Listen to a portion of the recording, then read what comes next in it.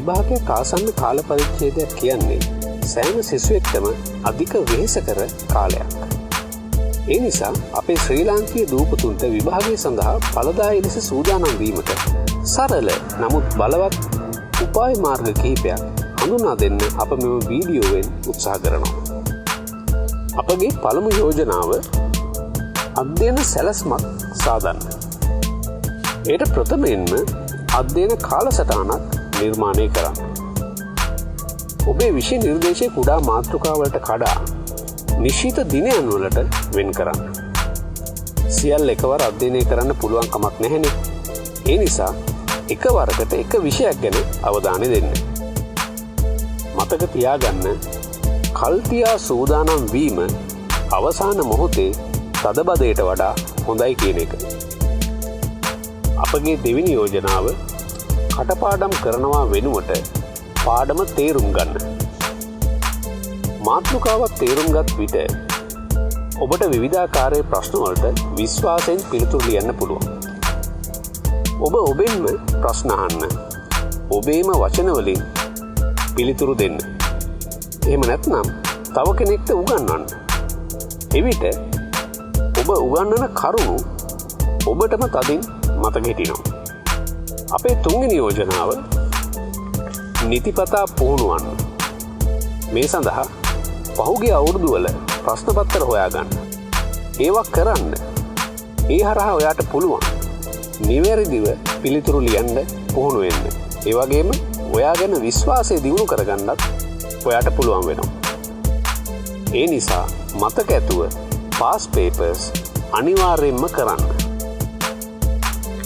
අපගේ හතරවෙනි යෝජනාව ඔබේ සෞඛ්‍ය ගැන සැලකිලිමත් වන්න.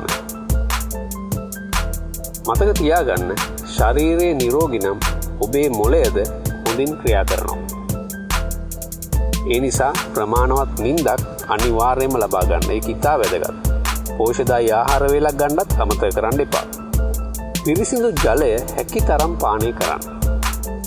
පාඩම් කරන අතරතුර කෙටි විවේකයක් ගන්නත් මතක තියාගන්න.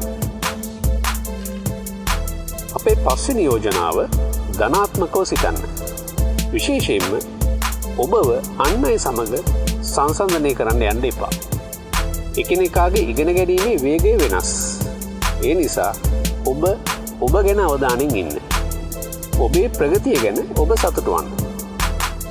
වෙහෙසක් දැනෙන හැම වෙලාවෙම ඇයි ඔයා මේ මහන්සි වෙන්නේ කියලා ඔයාටම මතක් කරලා දෙන්න. හේතුව අරමුණක් ජය ගන්න නම් අපිට වෙහෙස මහන්සි වෙන්නම වෙනවා. ඒ නිසා සැලැස්මක් සමග සූදානම් වන්න. නිරන්තරයෙන් පුහුණු වන්න. ඔබේ සෞඛ්‍ය ගැන සැලකිලිමත් වන්න. ඔබ ගැන විශ්වාස කරන්න. මතක තියාගන්න සාර්ථකත්වය පැමිණෙන්නේ වාසනාවෙන් නොවේ. එය පැමිණෙන්නේ සූදානම සහ නොපසුබට උත්සාහයෙන්.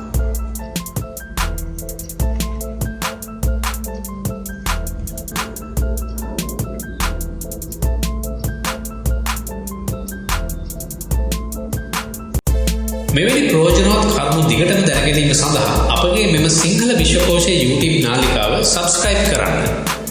එහි bell icon එක all select කරන්න. වීඩියෝට like එකක් දාන්න. තවත් අයට මේ දැනගැනීමට share කරන්න. ඒ වගේම මේ වීඩියෝ පිළිබඳ ඔබේ අදහස comment කරන්න අමතක කරන්න එපා. ඉතින් මෙම වීඩියෝ නැරඹු ඔබට අප හදවතින්ම ස්තුතිවන්ත වන අතර අලුත් වීඩියෝවක් තුලින් නැවත හමු වෙමු.